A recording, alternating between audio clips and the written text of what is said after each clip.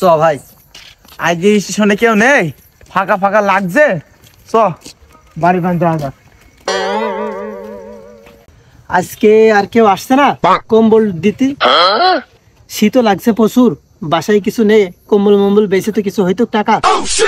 বুঝছো, কারা মানে আসছে, মানে কিছু পাবো, একটু ভান করি গরিবের।